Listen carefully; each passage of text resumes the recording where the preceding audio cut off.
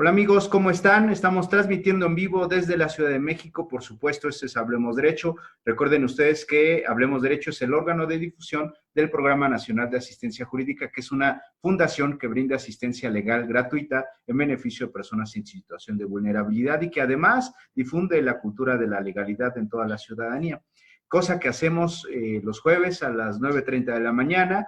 Estamos reanudando estas transmisiones. Me había resistido un poco a seguir transmitiendo. Estamos en el tema del aislamiento. Por supuesto, cumplan ese aislamiento, pero bueno, les vamos a estar mandando ciertos contenidos que seguramente les van a encantar. Hoy tenemos una invitada especial, es la maestra María del Rocío Morales. Ella es juez del Poder Judicial de la Ciudad de México. Le voy a pedir a la maestra que se presente en un momento y bueno, pues quiero agradecerle infinitamente que nos acompañe el día de hoy aquí en Hablemos Derecho. Maestra, ¿cómo está? Buenas tardes, buenos días, maestro. Muchas gracias por la invitación. Encantada de participar con ustedes. Y como dice, desde el confinamiento y siguiendo las instrucciones de las autoridades sanitarias. Claro que sí, estamos en aislamiento, quédate en casa es la consigna y bueno, pues eso no impide que Hablemos Derecho pueda transmitir y sobre todo hablar acerca de un tema que seguramente les va a llamar mucho la atención, que tiene que ver con el peligro de contagio. Estamos en una época de pandemia, estamos en una época en donde la gente se está enfermando por el COVID-19 y que mucha gente sale a la calle y bueno, pues hay el peligro de que contagie a alguien. Vamos a hablar acerca de eso y bueno, por supuesto la maestra María del Rocío, perdón, es una experta, es juez y bueno, no sea mala, platíquenos 5 puntitos, 3 puntitos de su currículum. Es juez de control, si no me equivoco. Sí, soy juez de control de la Ciudad de México. Actualmente tengo 30 años en el ya Poder Judicial de nuestra ciudad capital. Tengo, ¿qué le puedo decir? Soy egresada de la Escuela Libre de Derecho, maestría y especialidad en Ciencias Penales por la Universidad Anáhuac, y maestría en Democracia y Derechos Humanos con especialidad en Género por la FLACSO, Facultad Latinoamericana de Ciencias Sociales, y también doctorado en Derecho por la Universidad de Pantlato. Muy bien. Y pues ahora venimos a hablar porque lo que usted me dice, ¿no? Que el peligro de contagio, y todos tenemos miedo de que nos contagiemos o miedo de contagiar, pero también porque es un delito. Claro, y bueno, pues mucha gente, digo, está el caso de este youtuber famoso, no sé cómo se llama, pero fue muy sonado en las noticias porque salió a sabiendas que tenía el COVID-19, fue a hacer compras, me parece que un Superama, y con el peligro latente de que pues, pudiera contagiar. La persona tiene que querer transmitir. Pues yo estoy segura que el chico no quería contagiar a nadie. Probablemente, como muchos que actualmente en las redes sociales se quejan de estar encerrados o no creen que en realidad está pasando lo que dicen que pasa, o creen que no les va a pasar a ellos y salen. Pero aquí el problema fue mayor, porque él sabía que estaba enfermo. Claro. Y sabiendo que se transmite con mucha facilidad esta enfermedad, que se puede contagiar con mucha facilidad, que el virus es muy, muy volátil, muy fácil de que entre en otra persona, sale. Entonces sí tenía ese conocimiento. Y aquí viene lo que se llama como un dolo eventual. A lo mejor no quería que los demás se enfermaran, claro, pero por lo menos no le importó. Sí, digamos que primero él tenía el pleno conocimiento de la enfermedad, ¿no? De hecho, me imagino que ya estaba diagnosticado, ya sabía que tenía la enfermedad. Si bien es cierto, no quería dolosamente, voluntariamente contagiar a las personas, pues sí hubo una irresponsabilidad en el tema de que él sabía que había la posibilidad, ¿no?, de contagiar. Y creo que sí es dolo. ¿Mandé? Sí es dolo. Sí es dolo. El dolo puede ser directo, de primer grado, directo de segundo grado o eventual. Directo de primer grado es cuando, porque también puede darse, si una persona que está enferma de COVID-19, sabiendo que se puede transmitir con mucha facilidad, escupe a otra persona o tose enfrente de otra persona con la idea de contagiarlo, bueno, pues ahí está con un dolo directo poniéndolo en riesgo. Claro. Pero puede ser que no quiera que se contagie, pero que al menos le sea indiferente que eso suceda. Ese es el dolo eventual. Ok. Lo cual sería en Entonces, este de caso. todos modos hay dolo. Sí, desde mi perspectiva, sí. Ahora, ¿qué es lo que pasa? Que finalmente estas restricciones ya están ordenadas legalmente, porque la Ley General de Salud es la que autoriza a las autoridades sanitarias a, en un momento dado, establecer cuarentena, establecer aislamiento, establecer todas las medidas que consideren necesarias cuando hay una epidemia y hay que controlarla. Es por eso que la Secretaría de Salud prohibió a las personas salir. Claro. Y aun cuando lo hacen a manera de invitación, tienen la facultad de multar a las personas, porque ese es otro punto. Puede ser una multa de hasta 2,000 veces la unidad de cuenta y actualización de la Ciudad de México. Estamos hablando aproximadamente, no sé, unos 16,000 pesos. Ok. Y porque hay un punto, para que se dé el delito, es un delito de querella.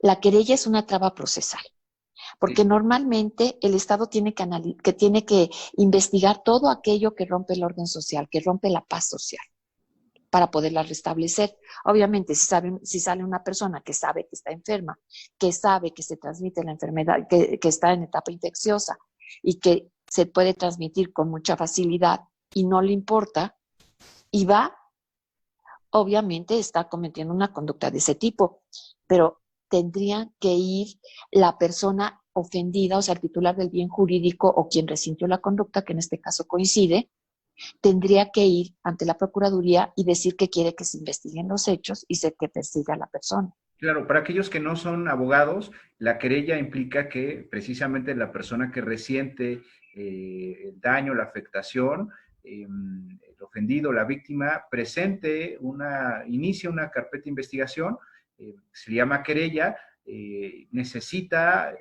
digamos, es indispensable que acuda e inicie esa carpeta de investigación, es la querella, lo tiene que Es hacer. la noticia criminal, Noticia. porque la noticia criminal tiene que llegar de alguna manera. Ellos no pueden investigar si no saben que algo sucedió, pero podría darse el caso de que sepan que sucedió algo por el periódico, por las noticias, porque lo vieron.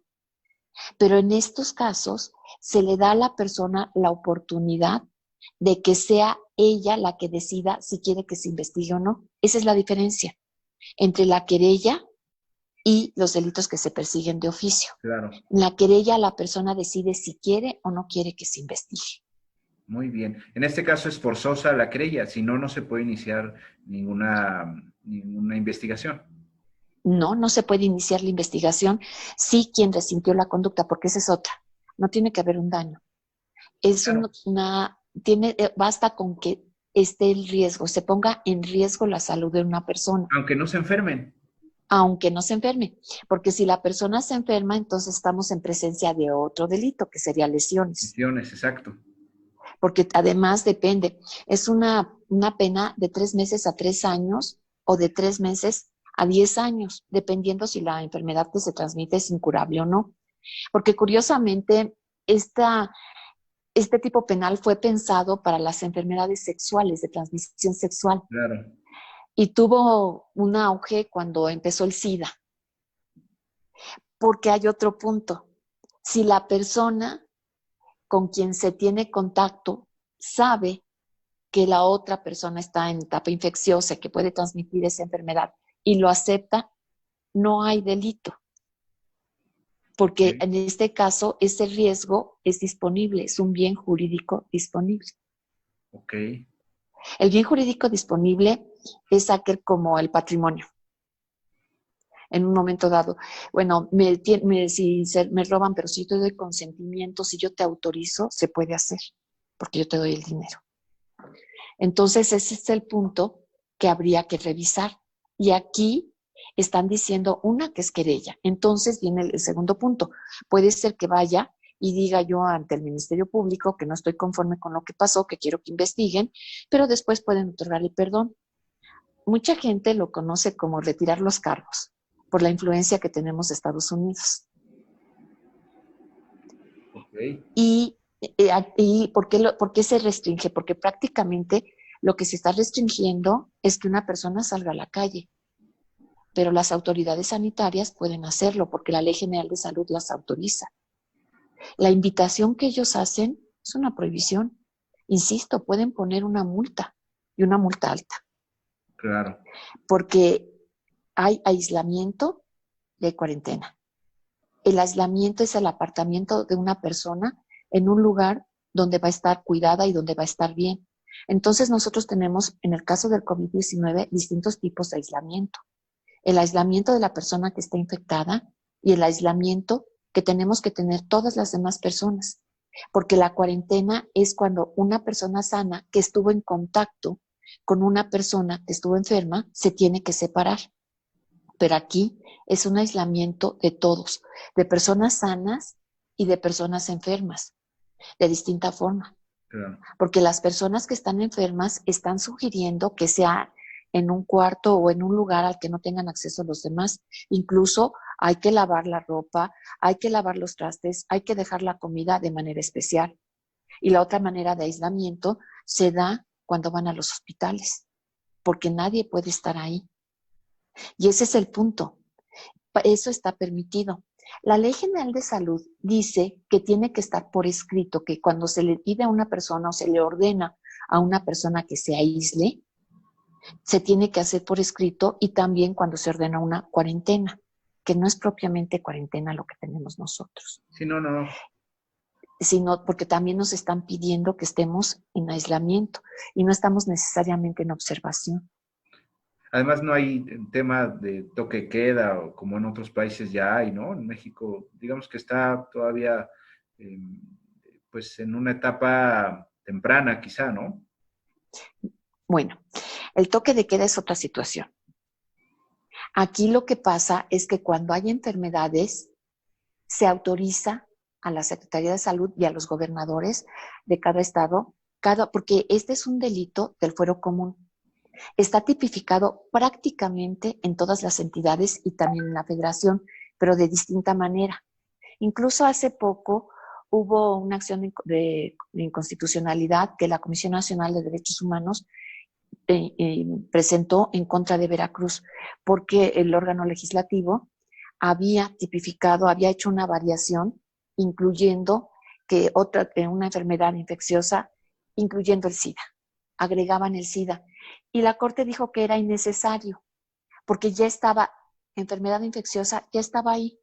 Claro. Y casi todas hacen referencia por el origen, es desde 1936 más o menos cuando se tipifica esta conducta, y precisamente inicia en Veracruz. Y se hace con la idea, partiendo de pues las enfermedades venéreas, las enfermedades que se transmitían sexualmente. No es algo, no es un delito que tenga mucha vigencia, pero en este momento puede tenerla. No, Y pues, una persona que sabe que otra la puso en riesgo, por supuesto que puede ir a quejarse, puede presentar una querella. ¿Qué es eso? Es una queja ante la autoridad que corresponde, que es el Ministerio Público, y que hay que decirle qué fue lo que pasó para que investigue y persiga a la persona. claro, el tipo penal implica, la hipótesis implica que una persona, a sabiendas que tiene, vamos a enfocar este delito hacia el COVID, ¿no? Que es lo que está ahorita en actualidad. Si una persona sabe que tiene coronavirus, el COVID-19, y existe o realiza una conducta que implique el peligro de contagio hacia otra u otras personas, comete este delito de peligro de contagio. Sí, porque basta con eso. Por ejemplo, si no traen guantes y tocan los objetos, Claro. es muy probable, aunque traigan cubrebocas, si el cubrebocas no tiene las características suficientes para poder detener el virus, porque es un virus bastante grande, pero aún así alcanza a pasar a través de cierto tipo de cubrebocas. Claro. Entonces, si él no usa el que debe y puede pasar eso, entonces por ese simple hecho de poner en peligro a los demás, está cometiendo el delito. Se enferme o no se enferme el otro. Por eso es tan importante que lo sepan. Ahora, hay un punto. Aquí él tiene que saber esa situación. ¿Y cómo podemos acreditar o cómo podemos saber que sabe? Bueno, los elementos subjetivos se acreditan a través de elementos objetivos. Y en este momento, con todas las campañas de comunicación en esta ciudad capital, todos lo sabemos. Claro. Hay quienes creen, quienes no lo creen. Hay quienes dicen que eso pasa en otros países, pero no en México. Sí pasa en México y sí hay que tener esas precauciones. Por supuesto. Y sí se puede cometer el delito y sí tiene pena de prisión. Ahí está, hasta 3 años y 5, me decía que en otra hipótesis, pueden hasta 9, 5, 10 años. perdón, 10, hasta 10 10 años. años. Ok, Sí, pues ahí está, en caso amigos. de... Ustedes, si saben que tienen los síntomas, que tienen este COVID-19 y ustedes salen a la calle, la verdad es que están cometiendo un delito si existe una posibilidad de que contagien a otra persona. La pregunta aquí podría ser, ¿es sancionado? Sí, es la respuesta. Si mi vecino tiene COVID-19 y ya lo sabe y sale a la calle, utiliza un cubrebocas que no es suficiente, ¿quién puede denunciar, quién puede querellarse por esa posibilidad de contagio? La ¿Cualquier persona que otro estaba vecino, frente a cualquier él. persona? Por ejemplo, vamos a regresar al ejemplo de la tienda. Entonces, hay alguien que despacha, hay alguien que está en las cajas. Esas personas tienen contacto directo con quien está pagando y reciben el dinero. Claro. Y en el dinero puede ir el virus. Entonces ahí ya hay un riesgo. Aun cuando la persona traiga cubrebocas, el riesgo persiste. Porque ayuda, pero no elimina completamente. Entonces la cajera, el que despachó, al que le preguntaron, todos ellos pueden serlo. Pero además es un delito que se persigue de querella. Pero recordemos que también le pueden imponer una multa. Okay. Y que la multa se la puede imponer la Secretaría de Salud sin necesidad de que alguien denuncie, porque es un derecho que ellos tienen. No es derecho porque ellos son autoridades, es competencia, es una competencia, una atribución que ellos tienen para poder preservar la salud de todos. Entonces, si ellos saben que una persona con esas características sale, la pueden multar y la multa es alta. Claro. ¿Qué datos de prueba se requieren para acreditar este tipo penal? Los datos de prueba no son, a mí no me gusta decirse en este y el otro, porque sería como dar una receta de cocina y eso es diferente en cada caso. Pero ¿qué necesitaríamos? Pues primero la querella de la persona diciendo qué fue lo que pasó. Después, se tiene que acreditar que la persona efectivamente tenía COVID-19 o SARS-CoV-2, me parece que es el otro nombre, y, y que en un momento dado salió con ese conocimiento, pero sí lo saben, ¿no? Porque me parece que hay hay un plan Centinela que se creó a partir del H1N1. Entonces, con eso se llena un formulario. Cuando se tiene más de determinado número de síntomas, prácticamente da uno positivo, aun cuando no hagan la prueba que lo corrobora. Claro. Entonces, ya teniendo ese conocimiento con base en el plan Centinela, se puede o imponer la multa o iniciar la carpeta de investigación, porque se tiene que obtener el dato. Y además, el Ministerio Público tendría que hacer las investigaciones. Y la investigación incluye el ver si la persona está enferma o no. Okay. Y ¿Sería además, forzoso la prueba, digamos, la prueba clínica, el análisis de laboratorio para acreditar el delito, o no es necesario, simplemente con que tuviera los síntomas, eh, o sí es indispensable la prueba, ya en un proceso penal? en un proceso penal no hay pruebas estrella. Por ejemplo, si tiene los síntomas, hay un médico que dice que esos síntomas corresponden, por lo pronto para vincular es suficiente, Es suficiente. porque necesitamos un mínimo, un estándar probatorio mínimo. Ya tendrá que ser durante la secuela del procedimiento que se demuestre que sí tenía coronavirus o no, el COVID-19, porque es una enfermedad infecciosa de las vías respiratorias. Oiga, y es incurable, al momento es incurable, ¿eso tiene que ver con el tipo penal? Porque es incurable. Sí, porque si es incurable, la pena es hasta de 10 años de prisión. Hasta 10 años. Esa es precisamente la distinción. Pues ahí está, amigos. Imagínense ustedes, cometen esta conducta, realizan esta conducta y ustedes tienen la posibilidad de ser multados en el menor de los casos, pero pueden irse hasta 10 años de prisión por una imprudencia, por no cumplir con las medidas de aislamiento, por que sea hacer que se les haga fácil salir a la calle y seguir con su vida normal. Entonces, no es cualquier cosa, sí es un delito, sí se castiga y evidentemente pues, se le puede imponer una pena hasta de 10 años de prisión. Así es.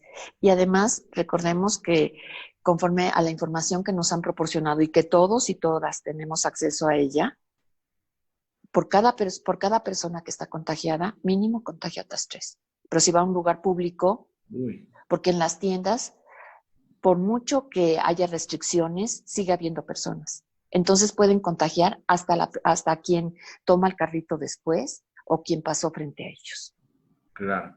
Entonces, aquí el tema será la querella, ¿no? Si es indispensable la querella, entonces lo más complicado para que se inicie un procedimiento, pues es la querella, ¿no? Es que la gente quiera denunciar, porque es una denuncia con ciertas características, que sea la persona que se puso en peligro su salud, que sea la persona que, o sea, y que manifieste que sí quiere que se investigue. Claro. ¿Y aquí hay temas de reparación de daño, maestra? Por supuesto, en todos los delitos siempre va a haber reparación del daño porque es un derecho de la víctima. Ya Claro. está reconocido. Antes las víctimas eran como los grandes olvidados, ya Sí. nunca más. Al contrario, ahorita hay mucha idea de protección a la víctima, ¿no? Así es. Incluso está ya ahora tomando en cuenta las características de la persona. Claro, sí, O sea, la víctima tiene que ser tomada en cuenta y es un derecho el que en un momento dado se le tiene que reparar el daño y son distintas formas, desde una disculpa pública hasta pagar todos los hospitales, todos, claro. pero aquí es el punto. Como no es de resultado, no se necesita enfermar, digamos que si hay una afectación moral, eso también es reparación del daño, porque pues la gente se asusta. Sí, sin embargo, no se necesita enfermar a las personas, que es lo que hemos venido diciendo. Basta con la posibilidad, con el peligro de contagio, como dice el tipo, ¿no? Como lo dice el tipo, la creación del riesgo, ponen en riesgo la salud de otro y para que una conducta pueda ser punible, se necesita que lesione o ponga en riesgo un bien jurídico, en otras palabras. Nosotros tenemos ciertos presupuestos necesarios para poder vivir. El primero es la vida, la salud, la libertad.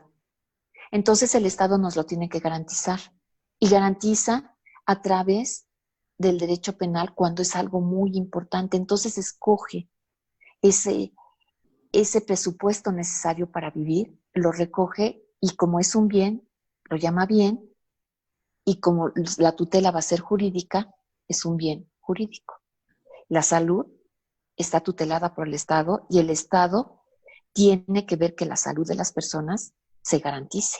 Entonces, ¿qué es lo que hace? Le dice a toda la población, oye, si tú sabes que tienes una enfermedad infecciosa, resguárdate y no pongas en peligro a los demás. Porque por el simple hecho de que los pongas en peligro, te voy a perseguir y te voy a sancionar. Claro. Y Y es hasta el 10 punto, años. Hasta 10 hasta años. 10 años de prisión. Porque sí, efectivamente es incurable. Depende de cómo evolucione cada persona y del cuerpo de cada persona, porque antes decíamos, bueno, los jóvenes no tienen riesgo de muerte y estamos viendo que hay personas jóvenes que han muerto. Niños, ¿no? Niños. Entonces no sabemos cómo va a evolucionar el cuerpo de cada quien. Si hay que seguir las recomendaciones, hay que tratar de tomar luz, tener una buena alimentación, tratar de hacer ejercicio en casa, pero sobre todo el aislamiento. ¿No? Y si quien rompe ese aislamiento en etapa infecciosa, pues está cometiendo un delito y también una infracción. O sea, también se le puede poner la multa que ya comentábamos. Y para esa no necesitan más que ir y ponerla. Maestra, pueden converger otros tipos de delitos. Decíamos las lesiones, pero si la persona se muere, ¿también podría darse un homicidio? Sí, un homicidio culposo. Porque ahí sí no lo quería matar, pero... pero se puede dar. Maestra, estamos ya terminando este programa. Quiero agradecerle. ¿Algo más que quiera comentar acerca del tema? Pues nada más que nos quedemos todos en casa. En este momento estamos en la fase 3 y yo dije, bueno, entonces quiere decir que ya va a bajar, pero la publicidad es que todos tenemos acceso a la información porque es otra de las obligaciones de la Secretaría de Salud. Y también está en la Ley General de Salud. Dar la información suficiente a través de los medios de comunicación y lo han hecho. Claro. Todos sabemos cuáles son las formas como podemos prevenir y qué es lo que debemos de hacer. De nosotros depende qué tanto dure la fase crítica y cuándo puede empezar a bajar.